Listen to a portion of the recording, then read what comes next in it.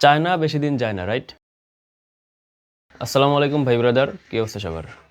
অনেকদিন পরে আপনাদের সাথে একটু কথা বলতে আসলাম। আসলে আমি চ্যানেলে কন্টিনিউ হইতে পারতেছি না, এই কারণে আমি আন্তরিকভাবে দুঃখিত। তো আপনারা ইন্ট্রো দেখে বুঝে গেছেন আজকে কথা হবে চাইনিজ বাইক নিয়ে। আসলে চায়নারা বিগত 10 থেকে 15 বছরের ভিতরে কোথায় যে পৌঁছে গেছে তা আপনারা সবাই দেখতে পাইতেছেন। তো ঘুরিয়ে পেঁচিয়ে কথা না বলে চলুন ডিরেক্ট পয়েন্টে আসি। আমাদের টপিক যেহেতু বাইক, তাই আমরা বাইকের ব্যাপারেই কথা বলবো। তো আজকে আমাদের মূল আলোচ্য বিষয় হলো চাইনিজ বাইক কিভাবে একদম সারফেস লেভেল থেকে এখন বর্তমানে গ্লোবালি বিভিন্ন রেসে পার্টিসিপেট করতেছে এবং সিগনিফিকেন্ট পারফরমেন্স দেখাচ্ছে। পুরো বিষয়টাকে আমি 5টা লেভেল ভাগ করেছি, একদম লেভেল 1 থেকে লেভেল 5। এই লেভেলগুলোর মাধ্যমে আমি বোঝাতে চেয়েছি কিভাবে একদম জাপানিজ বাইককে কপি করা থেকে শুরু করে আজকে তারা গ্লোবালে রেস করছে। তো চলুন ভিডিও শুরু করা যাক। লেভেল 1-এ আপনি আজকে থেকে 20 বছর আগের কথা চিন্তা করুন, 2005, 6, 7, 8, 10 বা ম্যাক্সিমাম 15 সাল। তখন আপনারা দেখবেন জাপানিজ যে হন্ডা CG125, CDI80, CDI70 এই বাইকগুলোকে কপি করার মতো কী কী বাইক দেখছেন? জনশেং, জাইলিং, তারা কিন্তু হুবহু এইসব জাপানিজ বাইককে কপি করে মার্কেটে লঞ্চ করতো। কোনো সিঙ্গেল ডিফারেন্সও আপনি হয়তো খুঁজে পাবেন না এই বাইকগুলোর ভিতরে। তখন এই বাইকগুলো মোটামুটি তারা ভালোই সেল করতো। এর ভিতরে তাদের কোনো ইনোভেশন ছিল না, কোনো নিজস্ব কোনো টেকনোলজি ছিল না, জাস্ট কপি অ্যান্ড পেস্ট। এই গেল লেভেল 1। এখন আসি লেভেল 2। লেভেল 2-তে তারা একদম জাপানি বাইক হুবহু কপি করা থেকে বের হয়ে একটু নিজস্ব টেকনোলজি, নিজস্ব ডিজাইন দেওয়া শুরু করলো। যেমন আপনি ধরতে পারেন লিফান এবং জন্টেস। এই বাইক দুটো বাংলাদেশে মোটামুটি পরিচিত। লিফান তো ভালো পরিচিত, আর জন্টেসও কিন্তু মোটামুটি ভালোই পরিচিত আছে। বাংলাদেশ মার্কেটে যদি লিফান এবং জন্টেসের কথা বলি, তাহলে লিফানের সবচেয়ে জনপ্রিয় বাইক KPT 150, জন্টেস GT 150R, একটা নেকেড স্পোর্টস বাইক। হয়তো কিছুটা মিল থাকতে পারে অন্যান্য রেপুটেটেড ব্র্যান্ডের বাইকের সাথে, কিন্তু তাদের কিন্তু একটা আলাদা আইডেন্টিটি আছে, যেটা বিগত লেভেলে ছিল না। তো লেভেল 2 এর মাধ্যমে আসলে চাইনিজ বাইক মোটামুটি একটা এন্ট্রি লেভেলে প্রবেশ করে। লেভেল 2-তে যদি আমি গ্লোবাল মার্কেটের কথা চিন্তা করি, তাহলে দেখেন জন্টেসের বিষয়ে বলি। জন্টেসের 350RR আছে। জন্টেসের যে 350cc অ্যাডভেঞ্চার বাইক, সেটা আপনারা মোটামুটি সবাই দেখেছেন। যারা না দেখছেন তারা একটু সার্চ করে দেখবেন।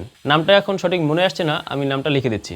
তো এই গেল লেভেল 2। তারা মোটামুটি একদম কপি পেস্ট থেকে শুরু করে নিজস্ব কিছু কিছু আইডেন্টিটি তৈরি করতেছে। এরপর আসে লেভেল 3। লেভেল 2-তে যখন তারা মোটামুটি সাকসেস পেলো, তারপর তারা মুভ করলো লেভেল 3-র দিকে। তো লেভেল 3-তে কী করলো? লেভেল 3-তে বিভিন্ন রেপুটেড ব্র্যান্ডের সাথে তারা পার্টনারশিপ করা শুরু করলো। যেমন ধরুন CF মোটো KTM এর সাথে পার্টনারশিপ করলো। KTM এর ইঞ্জিন ম্যানুফ্যাকচার CF মোটো করে দেয়। তাতে কী হলো? KTM এর যে ইঞ্জিন ডিজাইন, এটা কিন্তু তাদের কাছে মোটামুটি ওপেন হয়ে গেল। তো সেখান থেকে তারা বিভিন্নভাবে রিভার্স ইঞ্জিনিয়ারিং করে বা তাদের চাইনিজ টেকনোলজিতে অস্ট্রিয়ান টেকনোলজি অ্যাড করার সুযোগ পেল। এর মাধ্যমে কিন্তু তারা আরও এক ধাপ এগিয়ে গেল। এরপরে যদি আসি বেনেলিকে কিউজি মোটরের অ্যাকোয়ার করা। বেনেলি যে কোনোভাবে ব্যাংক্রাফ্ট হয়ে গেছে, তাদেরকে কিউজি মোটর অ্যাকোয়ার করে নিল। এই যে দেখেন বেনেলির যে সবচেয়ে জনপ্রিয় মডেল বেনেলি TRX 502, এটা কিন্তু এখন চাইনিজ বাইকই বলা যায়, কারণ এর ব্র্যান্ডের মালিকানা এখন কিউজি মোটরের কাছে। কিউজি মোটর এদের ইঞ্জিন বিল্ড করে, ডিজাইন করে, সব কিছুই কিউজি মোটর করে। তাহলে এর মাধ্যমে কিউজি মোটরের কিন্তু বিশাল একটা অপশন ওপেন হয়ে গেল। কারণ বেনেলি কিন্তু মোটামুটি অনেক রেপুটেড ব্র্যান্ড, অনেক পুরনো একটা ব্র্যান্ড ইতালিতে। তো ইতালিয়ান যে তাদের যে টেকনোলজি, তারা যেভাবে ইঞ্জিন বিল্ড করেছে, এই বিল্ড তারা কিন্তু কিউজি মোটর কিন্তু সম্পূর্ণ ওপেনলি কিন্তু এখন ইঞ্জিনিয়ারিং করতে পারতেছে, তাদেরকে স্টাডি করতে পারতেছে। তো লেভেল 3 এর মাধ্যমে কি হলো? চাইনিজ ব্র্যান্ডগুলো অন্যান্য রেপুটেড ব্র্যান্ডের যে বিশদ যে ডিজাইন ল্যাঙ্গুয়েজ আছে বা যে তাদের যে টেকনোলজি আছে, সেই টেকনোলজিগুলো পুরো স্টাডি করতে পারতেছে তাদের নেক্সট লেভেলে যাওয়ার জন্য। তো এরপরে আসি লেভেল 4।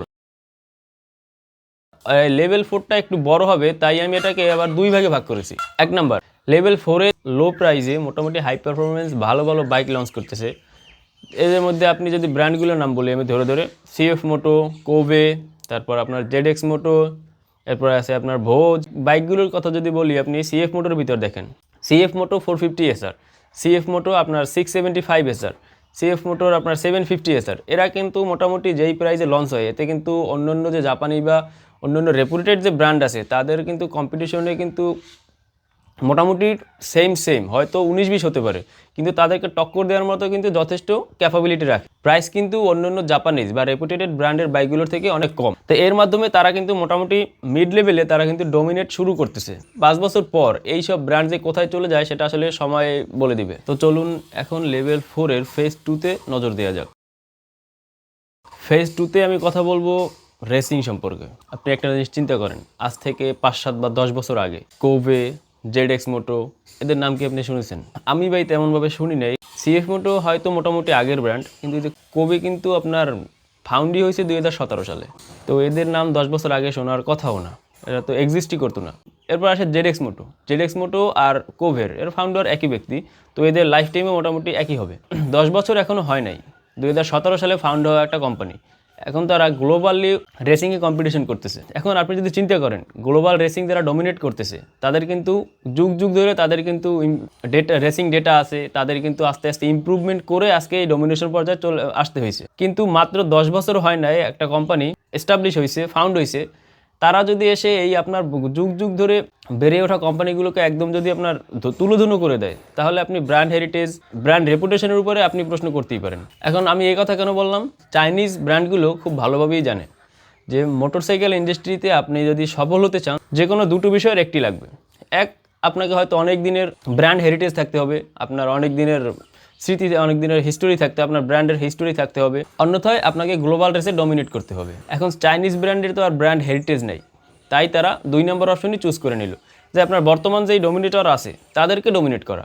তো চাইনিজ বাইক আসলে তাদের যে পটেনশিয়াল সেটা প্রমাণ করার জন্য তারা এই গ্লোবাল রেসিংগুলোকে বেছে নিয়েছে। আমি যদি এক্সাম্পলের দিকে যাই, তাহলে 2025 সালে কোভে 350RR বাইকটা কিন্তু ওয়ার্ল্ড চ্যাম্পিয়নশিপ অর্জন করেছে। তারপর যদি একদম রিসেন্ট 2026 সালের কথা বলি, জেডএক্স মোটো 802RR এটাও কিন্তু একটা রেসে উইনার হয়েছে, একদম গ্লোবাল রেস। তো এ থেকে বোঝা যায় যে চাইনিজ বাইকের পটেনশিয়ালিটি কত দূর। লেভেল 4-এ তারা মোটামুটি স্ট্রিট লিগাল বাইকে ডমিনেট করার সাথে সাথে তাদের ওয়ার্ল্ড ওয়াইড তাদের যে পরিচিতি, গ্লোবাল যে পরিচিতি, তাদের যে পটেনশিয়ালিটি, যে আপনার ব্র্যান্ড হেরিটেজ আলা অনেক বড় বড় রেপুটেটেড ব্র্যান্ডকে আপনার হারাই দেওয়ার মতো ক্ষমতা যে তাদের আছে, এটা তারা প্রমাণ করতে পারছে। এখন যদি আসি সর্বশেষ লেভেল 5-এ। এখন আপনি প্রশ্ন করতেই পারেন যে মোটরসাইকেল ইন্ডাস্ট্রির মাইল ফলক হলো সুপার স্পোর্টস মোটো, আর সেখানে কোনো চাইনিজ বাইকের কোনো ফুটস্টেপ নাই, তো তারা কিভাবে সেখানে সার্ভাইভ করবে? আপনার কথা 2025 সাল পর্যন্ত বা এই কিছুদিন আগ পর্যন্ত হলেও সত্য ছিল, কিন্তু এখন কিন্তু আর আপনার কথার কোনো ভ্যালিডিটি থাকবে না। কারণ EICMA 2026-এ সিএফ মোটো তাদের যে সুপার স্পোর্টস বাইক সিএফ মোটো V4SR বাইকটা তাদের প্রোটোটাইপ কিন্তু লঞ্চ করে ফেলছে। তো আপনি যদি বাইকটার দিকে তাকান, তাহলে কিন্তু বর্তমান যে সুপার স্পোর্টস বাইকগুলো আছে, ডুকাটি পানিগালে V4, তারপর এপ্রিলিয়া SR V4, এই বাইকগুলোর সাথে কিন্তু সরাসরি কম্পিটিশন করতে সক্ষম। এখন আমি শুধু এই বাইক দুইটার কথাই কেন বললাম, কারণ এই বাইক দুইটি সব থেকে লেটেস্ট। কারণ ইনলাইন 4-এর ডমিনেশন কিন্তু মোটামুটি শেষের দিকে, কারণ এখন আপনি যদি ডুকাটি পানিগেলের দিকে তাকান বা RS V4-এর দিকে তাকান, কিন্তু এরাই কিন্তু এখন সব থেকে আধুনিক। আর দ্বিতীয় বিষয় হলো, এখন কিন্তু মোটরসাইকেল রেসিংয়ে MotoGP বা অন্যান্য রেসিংয়ে কিন্তু ইনলাইন 4-এর প্রচলন শেষ। সর্বশেষ ইয়ামাহা তাদের ক্রস প্ল্যান ইঞ্জিন দিয়ে কম্পিটিশন করতে চেয়েছিল, কিন্তু তারাও কিন্তু ছিটকে পড়ছে। তো ইনলাইন 4-এর মানে ডমিনেশন কতদিন থাকবে সেটা কিন্তু বলা যাচ্ছে না। ওইদিকে V4-এর কিন্তু মোটামুটি ডমিনেশন শুরু, তো সে থেকে সিএফ মোটো কিন্তু তাদের সেই জায়গাটাই টার্গেট করছে। তারা কিন্তু ইনলাইন 4 দিয়ে বিল্ড করতে পারতো, কিন্তু তারা কিন্তু করে নেই, কারণ তারা হয়তো বুঝতে পারতেছে বা তাদের তো অ্যানালাইসিস আরও বেশি। তো তারা অ্যানালাইসিস করে হয়তো দেখছে যে ইনলাইন 4 দিয়ে আসলে এখন আর ডমিনেশন পর্যায়ে যাওয়া যাবে না, এজন্য তারা V4 ইঞ্জিন দিয়েই লঞ্চ করছে।